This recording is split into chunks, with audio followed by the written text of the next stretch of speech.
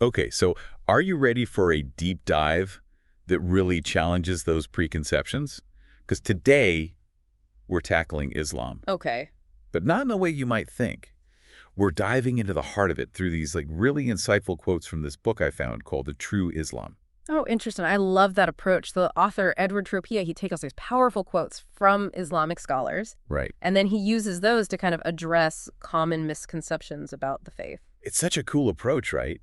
Because it's like we're getting this peek into the heart of Islam across centuries. Mm-hmm.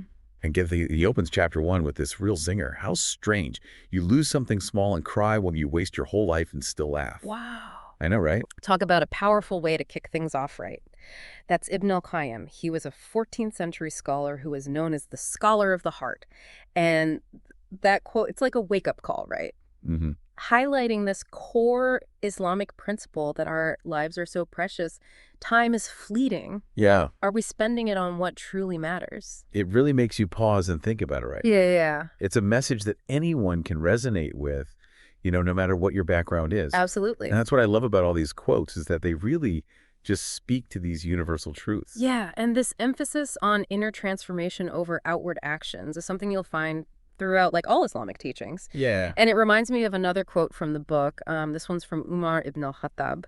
He was a prominent figure in early Islam. And he said, "Do not be deceived by those who recite the Quran, for these are only words that we utter. Rather look to those who act accordingly." Oh, that's good. Right. It's like that thing, you shall know them by their fruits. Yeah. It's about walking the walk right.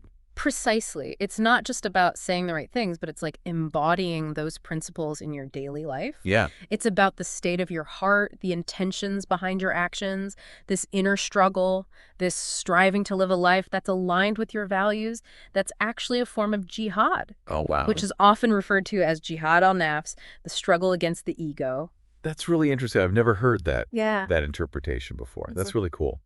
And speaking of the heart, there's so many quotes in here that emphasize Allah's mercy and forgiveness. Yeah. Like this one. I whimpered, begged, and pleaded for help. No one came except Allah. Oh, wow. Isn't that powerful? Yeah, it is. It's beautiful. It's that idea that no matter how far we stray or how lost we might feel, Mhm. Allah is always there, ready to welcome us back. Always there with open arms. And that's central to Islam, that concept of just infinite mercy. It's a really comforting thought, isn't it? It is. And it made me think of this other quote that really struck me, which was the one about humility. The person I like the most is the one who points out my mistakes. Ooh, now that one is challenging. Right. It requires a certain level of self-awareness Yeah. and a willingness to grow. But in Islam, acknowledging our flaws, seeking knowledge, constantly striving to improve ourselves is so highly valued. It's about being open to feedback, even if it's hard to hear sometimes. Yeah. And recognizing that we all have blind spots, and sometimes we need others to help us see them. Exactly. It takes strength to admit our shortcomings and be open to growth. Hmm. And in a way, it ties back to that idea of jihad al-nafs, the struggle against our own egos. It all connects. Right. Wow, that's so cool. Another theme that I noticed when I was reading through this was this emphasis on compassion and respect in relationships, Of course. especially towards women. And I love this quote, "The best among you is the one who treats his wife best." Yes. And, that's often misinterpreted. It's not just about husbands and wives. It's a broader message about treating everyone with Right. kindness and respect, especially those closest to us. Recognizing the inherent dignity in every human being. Yes. These quotes really paint such a different picture of Islam than what we often see in the headlines. I know, it's refreshing, isn't it? It is. It's like we're getting this glimpse into the true heart of the faith. Absolutely. And, that's just the start. These quotes serve as a springboard to then tackle some of those common misunderstandings surrounding Islam, which we'll get into when we explore Chapter 2. Okay, so before we jump into those misconceptions, let's pause for a moment. Yeah. What's resonating with you so far? What's striking you about these messages of inner transformation, Allah's mercy, and the importance of humility and compassion? It really is amazing how much these quotes kind of make you rethink things. Right. You start to realize how much of the true heart of Islam kind of gets lost in translation. Yeah. But I love that in Chapter 2, Tropia just dives right in. He does. He starts tackling all those common misconceptions head on. And this is where I think his background is so interesting because he was raised Catholic, Oh, wow. Okay, yeah. but then found himself drawn to the wisdom of Islam. Mm. So he's coming at this with such a unique perspective Right. when he wades into all those really tricky theological debates. Yeah, like that whole Trinity concept. I Exactly. remember reading that part and thinking, Yeah, I mean, even Christians can't agree on what it means half the time. exactly. He says that even Christians can't fully agree on what it means. Right. And I appreciate that he doesn't just dismiss it. Right. He kind of gets at this very human need to try to understand something as vast as the divine. It's like trying to put the ocean in a teacup. Exactly. You Don't can't understand. contain it. And he applies that same line of thinking to the misconception that Muslims worship Mary. Which, from everything I've learned, is just not true at all. Right. Absolutely not true. Yeah. He uses the example of praying the rosary Yeah. and how someone outside the faith might intellectually wonder, why are these prayers being directed to Mary first? Right. But Tropea argues that what really matters is the intent, the state of the heart. So it's about that direct connection, Exactly. that feeling of closeness, regardless of the form it takes. Precisely. And, this leads us to another big misconception that Muslims see Jesus as God. Which, again, from what I understand, completely goes against one of the most, fundamental principles of Islam. Exactly. Islam very clearly teaches there is only one God, Allah. Mm. And this is known as Tawhid, this oneness of God. But here's where I think Tropea gets really insightful. He suggests that for many Christians, calling Jesus God is more about recognizing his divine nature and importance. Oh, so it's less about literally saying that he is as God, Right. the be-all, end-all, Right. and more about just emphasizing his significance. That's how Tropea sees it. He is suggesting that the differences might be more about wording than core belief.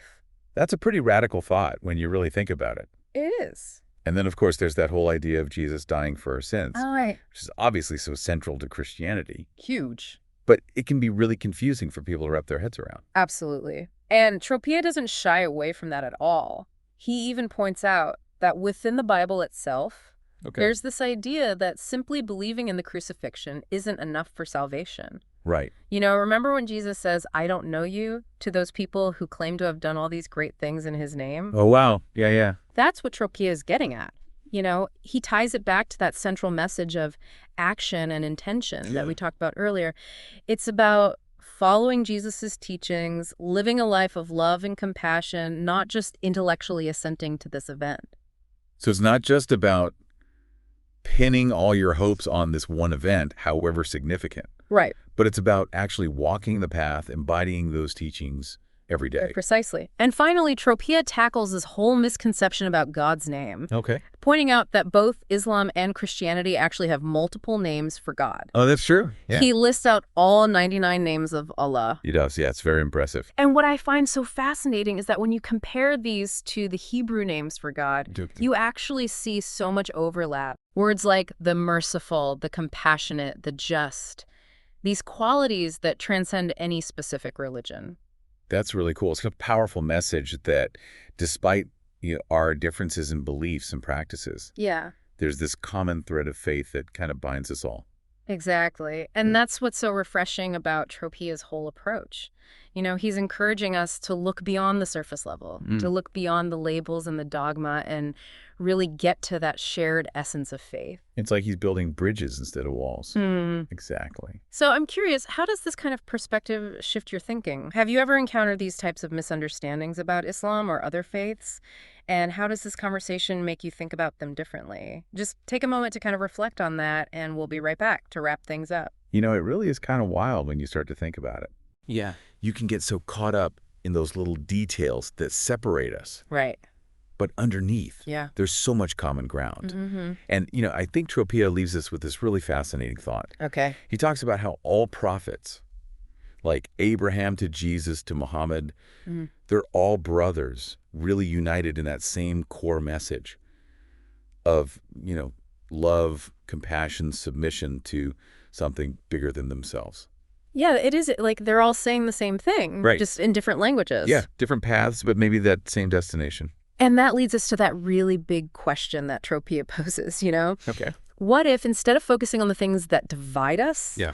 we focused on those shared values, that common ground? Okay. Could that be a path to greater understanding, even peace?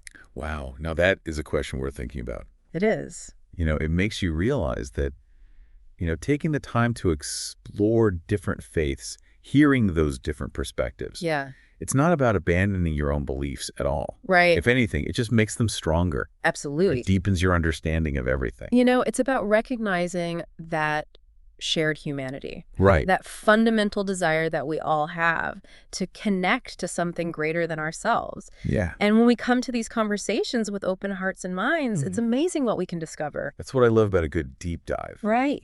Always leaves you with more questions than answers, Yeah. but in a good way. Yeah, You know, It exactly. makes you want to keep digging deeper, keep learning. And sometimes that's all it takes Yeah. to start bridging those divides, Yeah. building a more compassionate and understanding world. Couldn't have said it better myself. So until next time, keep those minds open.